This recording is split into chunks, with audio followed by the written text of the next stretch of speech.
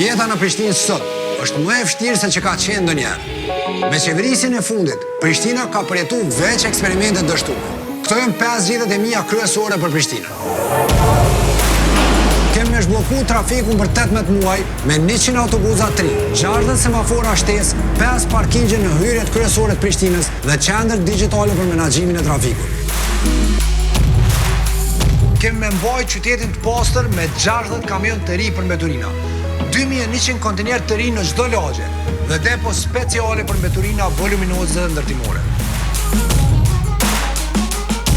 Kemi me ndalë krejt lejet e reja ndërtimit për 6 muaj, derisa ta krijojmë një vizion të ri për Prishtinën. Me 100.000 dronj të ri në qytet dhe me qasje në park jo më larg se 300 metra nga çdo shtëpi. Kemi me hap sheshin George Bush në javën e parë dhe kemi me kriju kushte për këmbësorë dhe për vetura.